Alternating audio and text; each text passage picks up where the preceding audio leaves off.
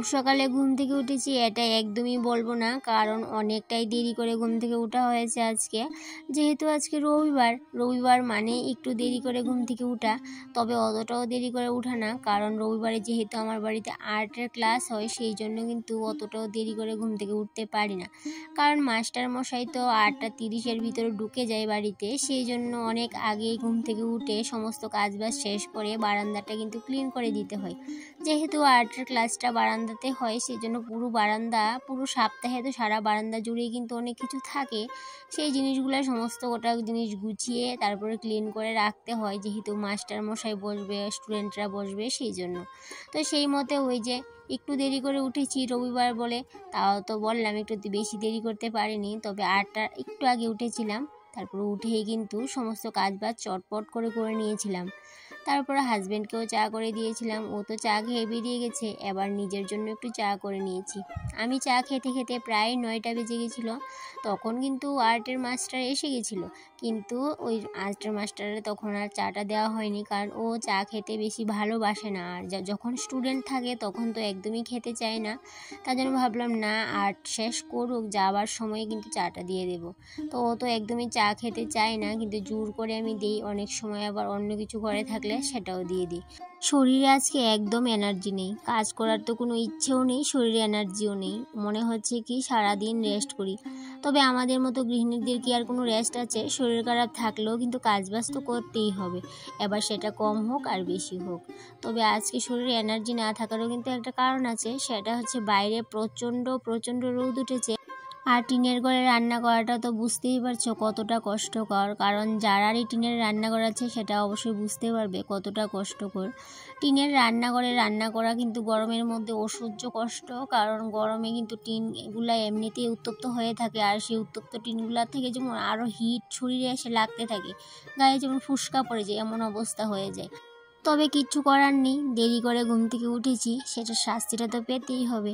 যদি দেরি করে ঘুম থেকে না উঠে সকাল সকাল ঘুম থেকে উঠে রান্নাবান্নাটা সেরে নিতাম, তাহলে কিন্তু আরও অতটাও কষ্ট হতো না।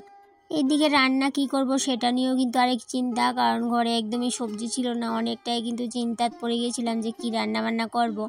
আমাদের রান্না করার একটা কাহিনী যে প্রত্যেক গৃহিণীদের একটাই সমস্যা, প্রত্যেক দিন যে কি রান্না বান্না করি সেটা নিয়ে কিন্তু একটা দুশ্চিন্তা বলতেই পারো, সেটার জন্য আলাদা একটা টেনশন। তো যাই হোক, অবশেষে চিন্তা ভাবনা করে নিয়েছিলাম কি রান্না করব।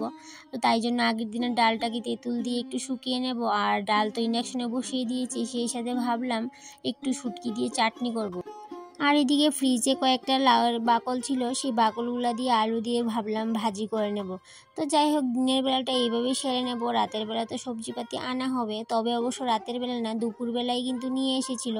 তবে তখন তো আমি রান্না করে নিয়েছিলাম, কারণ অতটা যদি অপেক্ষা করতাম যে কখন সবজি আর পাতি আনবে আর রান্নাটা করব, তাহলে তো আরও কষ্ট পেতে হতো। এমনিতেই তো অনেক কষ্ট পেলাম আজকে, কারণ এত গরম দিয়েছে, যেহেতু টিনের ঘর, তাই জন্য কিন্তু আরও বেশি কষ্ট হয়েছে আমার আজকে রান্নাবান্নাটা সারতে। তার মধ্যে রান্নাঘরটাকে তো আবার ক্লিন করতে হবে, যেহেতু আমি আমার ভাঙাচোরা মডুলার কিচেনটাকে সবসময় ক্লিন করে রাখার চেষ্টা করি, তাই জন্য আজকেও কিন্তু সেটার ব্যতিক্রম হবে না। আমি রান্নাবান্নাটা শেষ করে তারপরেই কিন্তু ক্লিন করে নেব।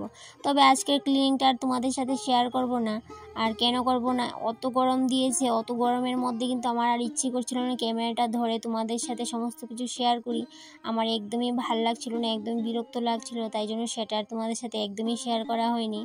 আর এমনিতে তো রান্না করার পর কিন্তু যে একটা অবস্থা হয়ে থাকে রান্নাঘরে, সেটা যদি ক্লিন না করি তাহলে তো কি অবস্থা হয়ে থাকে বুঝতেই পারছো।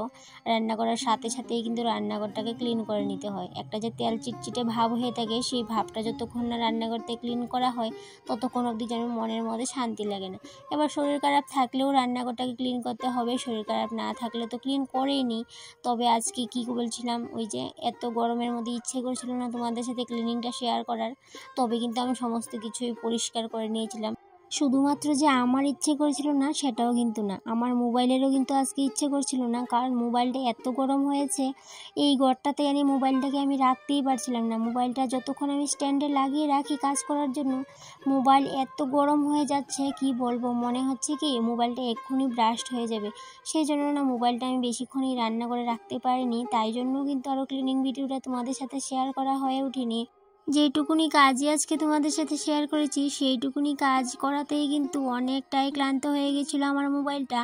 ওনাকে কিন্তু আজকে বেশ অনেক সময় রেস্ট করাতে হয়েছিল। আর কিছুক্ষণ পর পর নিয়ে গিয়ে কিন্তু ফ্যানের ওই রুমে থেকে গিয়ে কিন্তু ফ্যানের কাছে নিয়ে ওকে ঠান্ডা করে নিয়ে তারপর আবার আমার কাজে একটু হেল্প করে দেয়, আবার ওনাকে রেস্ট করাতে হয়। এরকম করে করেই কিন্তু আজকে কাজ করেছিলাম। সেই সাথে কাজের ফাঁকে একটু চাও করে নিয়েছি মাস্টারমশাইয়ের জন্য, কারণ এক্ষুনি মাস্টারমশাই বেরিয়ে যাবে, ট্রেনও চলে আসবে। কারণ মাস্টারমশাই তো দূর থেকে আসে, সেই জন্য ট্রেন তো মিস হয়ে যাবে। তাই জন্য কিন্তু 12:30টার ভিতরে বেরিয়ে যায় আমাদের বাড়ি থেকে। তো তাই জন্য মাস্টারমশাইকে একটু চা দিয়ে আসলাম। আর অনেকটাই কিন্তু বলছিল চা করলে কেন দিদি, চা করলে কেন, অনেকটাই গরম দিয়েছে। তো আমি বললাম কিছু হবে না, ফ্যানের নিচে বসে বসে চাটা খেয়ে নাও আর ফ্রিজের জল খাও, কোনো অসুবিধা হবে না। ভেবেছিলাম আজকে রবিবার অনেকটা রেস্ট করব, কিন্তু কি আর রেস্ট, কাজ কাজ কাজ, সারাদিন শুধু কাজ আর কাজ। তবে আজকে বিকেল পর্যন্ত কিন্তু আমি কাজ করেছিলাম। ওই স্নান করতে করতে প্রায় কিন্তু 5টা বেজে গেছিলো, কারণ আমি 5টা অবধি কিন্তু বাইরে কাজ করছিলাম। কারণ আজকে যেহেতু আমার টিউশন নেই, সকালে তো একটা টিউশন থাকে, সকালে বলতে দুপুরে, আর একটা থাকে বিকেলে। তো আজকে যেহেতু 2টা টিউশনের মধ্যে একটা টিউশনও নেই, সেই জন্য ভাবলাম উঠোনের ওই সাইডটাতে না অনেক ঘাস হয়েছে, সেই ঘাসগুলোকে আজকে কেটে দেবো। কারণ ওই ঘাসগুলোর জন্য না আমি ওইদিকে ট্যাঙ্কির মধ্যে একদমই যেতে পারি না, জুকে ধরে সাপ, জুকের ভয়, সেই জন্য কিন্তু একদম যেতে পারি না। সেই জন্য অনেক সময় কিন্তু বিকেলবেলা কাজ করেছিলাম। তো এদিকে স্টুডেন্ট যখন চলে গেছিলো, ছেলেকে তো ভাত দিয়েছিলাম, তো ভাতটা খেয়ে অনেক পরে কিন্তু আবার ড্রয়িং নিয়ে বসলো ছেলে, কারণ স্কুলে কালকে একটা কম্পিটিশন আছে। স্নান টান করে এসে বসলো। আর এদিকে ছেলের জন্য একটু গ্লুকোজ গুলে নিয়েছি, কারণ অন্যদিন তো ছেলে আর বাড়িতে থাকে না, যদি প্রচণ্ড প্রচণ্ড গরম দেয় তাতে করে কিন্তু ছেলেকে তো আর গ্লুকোজ দিতে পারি না।